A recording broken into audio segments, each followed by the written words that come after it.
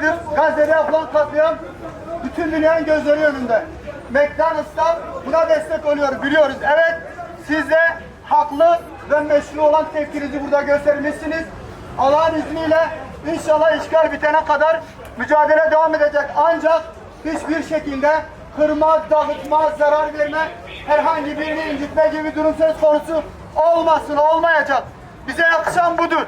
Şimdi burada gerekeni yapmışsınız. Ancak burada memur beylerin yanında da söylüyorum. Buraya yakışan da buranın kapatılmasıdır. En azından gençlerin tepkisini, haklı tepkisini biraz dile getirsinler, dinlesinler.